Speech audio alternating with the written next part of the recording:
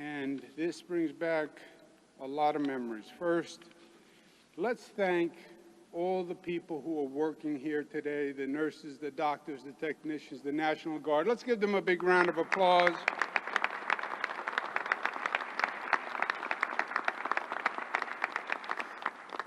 I'm pleased to be joined by Dr. Howard Zucker, our Health Commissioner for the state of New York. We have Reverend Gilbert Pickett. Pleasure to be with him. Mike Hopi, who works on the state emergency management and has been heading up this operation. Alan Steele, who runs the Javits Center. And this is a phenomenal convention center. But what Alan Steele has had to do over the past year, no convention center on the planet has ever done. Let's give him a round of applause.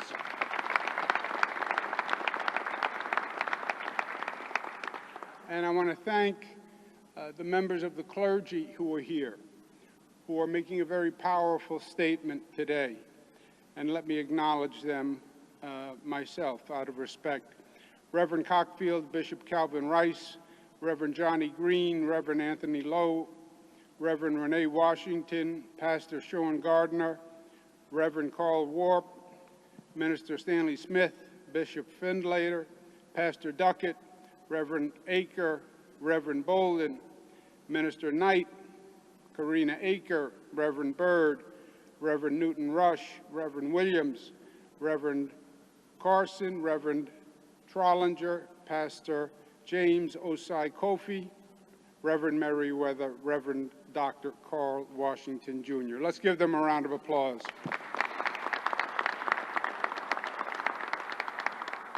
I'm going to make some comments, then you'll hear from Dr. Zucker, and then Reverend Pickett is going to be doing the real work today because he'll make some remarks, and then he'll be receiving a vaccine. Coming to Javits, I was just chatting with Dr. Zucker inside.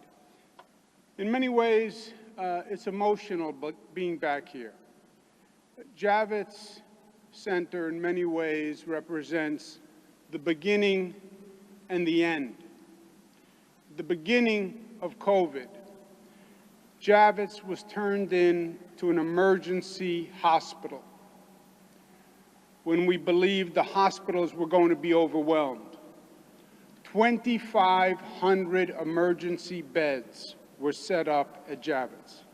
It had never been done before. The entire floor was a sea of basically Army cots and partitions. 2,500, as far as you could see. And it was being staffed by National Guard and Army personnel. And we came down to supervise the setup of the hospital. And I remember speaking to the National Guard, and these are young people who came from all over the state. They're in this place that looked like it was a scene from a science fiction movie. It looked like it was after the apocalypse, 2,500 hospital beds. And the National Guard were frightened. You could see it in their eyes. They're wearing masks, they're wearing gloves, they're getting a briefing on how the virus transfers. Everybody's nervous, everybody's frightened. But they showed up. They showed up. And that's what was so powerful to me. In this frightening scene, Jeeps, Army trucks, body bags, they showed up. They showed up. They had the courage to show up. And that was the beginning. And we made it through. It was a long year. It was a hard year. It was a challenging year. It was a frightening year. It was a painful year. Death, suffering, anxiety, loss, but we made it through. We are now at the end, at the beginning of the end. Why? Because we have a vaccine that can stop the virus. We have a vaccine which is the weapon that can win the war. We know that for a fact. Well, then why is it only the beginning of the end? Because we still have to get the vaccine And President Biden, God bless him, has been doing a beautiful job on that, ramping up the amount of time that this nation will actually have enough production for the country. And then people have to take the vaccine. We have to get it, we have to administer it, but people have to come in to take it. Why is Javits symbolic of the end? This center is a mass vaccination center, runs 24 hours a day. This weekend, the Javits Center did more vaccinations than any place in the United States of America. That's what we're doing here at Javits.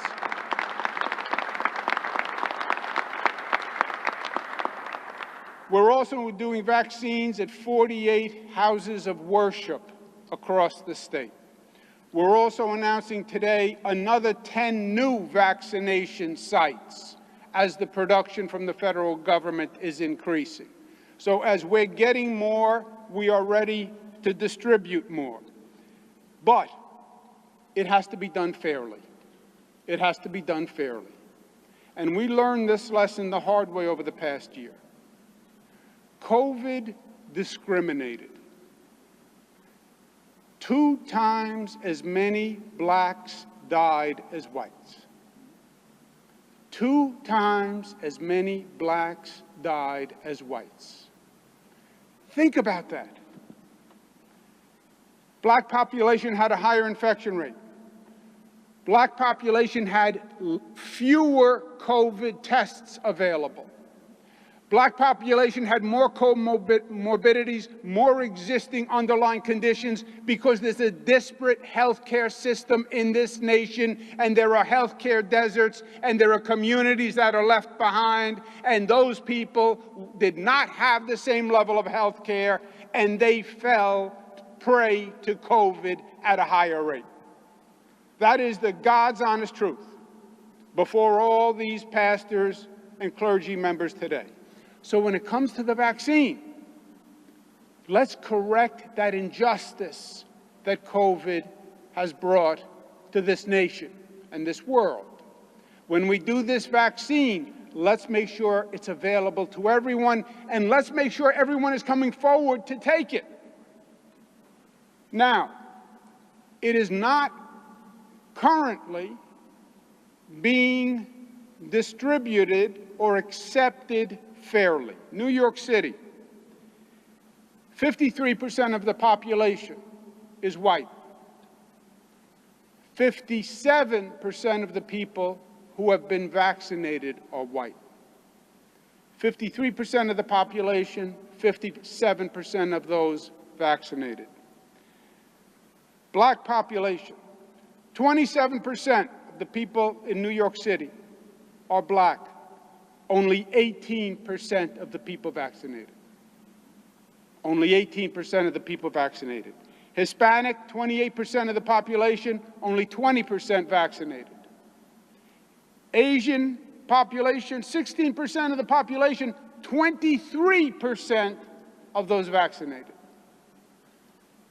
The white population, the Asian population are getting vaccinated at a higher rate than their population. The black population, Hispanic population at a lower rate.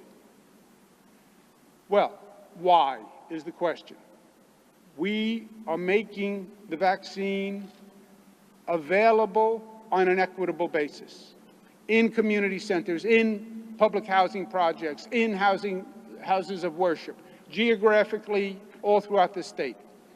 There is a hesitancy problem in the black community. Now, they call it hesitancy. I don't like that word hesitancy because it's a baloney word, hesitancy. It's not hesitancy. Call it what it is. It's a lack of trust. It's a lack of trust. The black community is saying, I don't trust the system that says it is safe. The black community is saying, too many times we've been told to trust the system, and the trust was broken. The black community is saying, do you remember the Tuskegee experiment? And now you're asking me to take the vaccine. The black community is saying, well, the Trump administration said it's safe. But I don't believe the Trump administration when they said it was safe. By the way, I am saying I didn't accept the Trump administration when they said it was safe.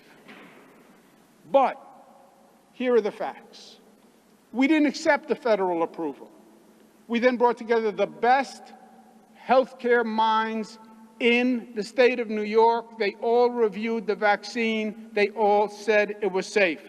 Number one. Number two, I have no agenda besides representing the people of the state of New York. That's what I do. I don't represent or work for the politicians in Albany. I work for the people of the state. I am telling you, I have gone through the research. 5 million people have taken this vaccine. It is safe. I'm telling you, my mother, I recommended the vaccine to. I'm telling you, I am recommending my daughters, when they're available, to take the vaccine. I'm telling you that the leading black medical professionals in this country say take the vaccine. And the pastors who are here today, who have no other possible agenda, no other possible reason to mislead the black population, say take the vaccine. Clergy, pastors who are here today, they only work for one person. They only have one boss. Their boss would not take kindly to them misleading their congregation. When they say it is safe to take the vaccine, it is safe to take the vaccine. We now have Johnson & Johnson. One dose, much faster, much easier, and it's going to ramp up production. We'll make it available. We're doing it in this site faster and better than any place in the nation. But we need people to come forward. And we need the black population to come forward. And we need the Hispanic community to come forward. They have to go first. We can't put the needle in your arm if you don't bring your arm forward. And that's what we're asking you to do today. This vaccine can save your life. This vaccine can save your mother's life, your grandmother's life, your sister's life, your brother's life. It literally is a matter of life or death. COVID is over. No, it's not. We lose people every day to COVID. Every day I have to go through the number of lives lost. Well, it's down from where it was, yes. But you're still talking about hundreds of families affected every day, every day, every day. Save lives.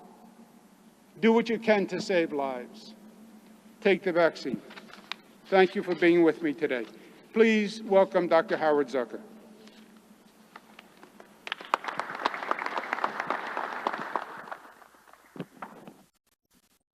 Thank you, Governor Cuomo. It is an honor to be here at the Javits Center this morning.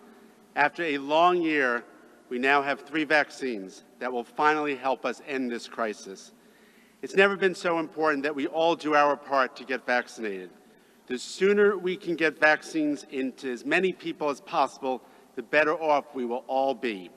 Herd immunity will finally put COVID on the defense and allow us to move forward. Whether it's Johnson & Johnson, Pfizer, or Moderna, each is safe and effective. New York State and the federal government have each done rigorous reviews to guarantee that indeed is the case. I'm especially relieved we now have Johnson & Johnson vaccine, which has been given out here at Javits Center overnight. It's only one shot. It doesn't require the ultra-cold storage that limits where it can be distributed. These factors will allow us to get as many doses of this effective vaccine into arms as soon as possible. The governor has been right when he has said that the vaccine is what will end this crisis. Combined with our continued vigilance to wear a mask and other behavioral measures, the vaccine is driving down New York's positivity rate. All three reduce the risks of COVID, taking a tremendous burden off of our hospital system. So please, when it is your time, get your vaccine. Do it. It's the only way we will end this crisis, reclaim our lives, and create a better future for everyone. Thank you very much.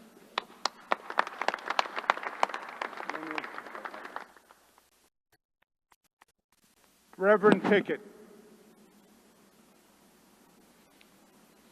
To our governor and to all the clergy who are here on today, it is a pleasure to be here as I am personally preparing to take the vaccine on today. Again, I want to acknowledge the clergy that the governor has named, and I especially want to recognize my president, the Reverend Dr. Carl Washington of Empire Baptist Missionary Convention. We stand here today united to encourage New Yorkers, especially those who are part of the Black and brown community, to take the vaccine today. Some of my colleagues have already taken the vaccine, and we are a living testament to the fact that it works and it is safe. The virus may be race blind, but it's not affecting anyone equally. It's hurting Black and brown communities disproportionately. So I want to thank the governor because he saw the need to get the vaccine to our communities. And he has not just ringing the alarms of us taking the vaccine for months, but he's been planning and acting to get way ahead of this for nearly a year. I encourage more houses of worship to take part in the governor's pop-up vaccinations, the drives, in order to get members out to be vaccinated in our communities. We are not just lucky, but blessed enough to have 3 vaccines. I'll be taking the Johnson & Johnson today, and as Dr. Fauci has stated, take whatever vaccination is available. To God be the glory for the great things that he has done and what he continues to do. Now we must do our part, which means getting vaccinated to keep ourselves, our families, our communities healthy. Otherwise, we risk the ongoing cycle of this virus rebounding and mutating. We need to stop this virus here and now. In these moments, we must remember the lessons of the community in which John spoke of in chapter number 15 of the gospel.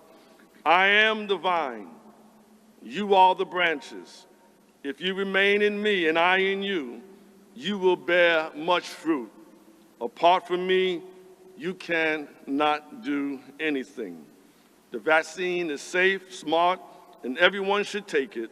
And that's why, as a New Yorker and as a pastor, I am taking this vaccine today. Thank you, Governor.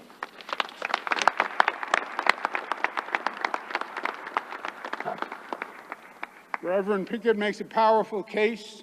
He's a beautiful orator.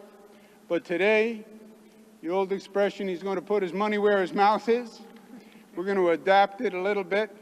He's going to put a needle in his arm to show that he truly believes in this message. I volunteered to do the vaccine for the Reverend. He deferred and said he wanted someone with a little bit more experience. I don't take it personally. So we have, praise the Lord. Good decision on the Reverend's part. So Reverend, if you have a seat, and we'll watch you as you have your vaccine administered. Thank you all very much for being here today.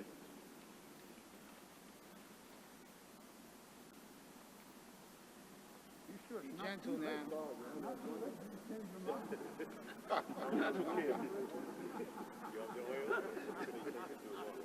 Lay hands on the sick.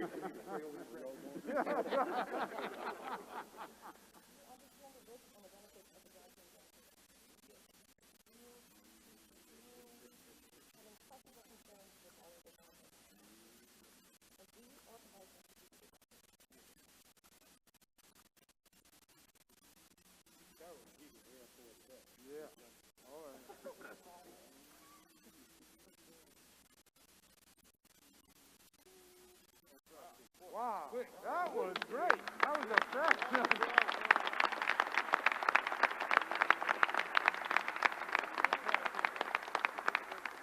That's it.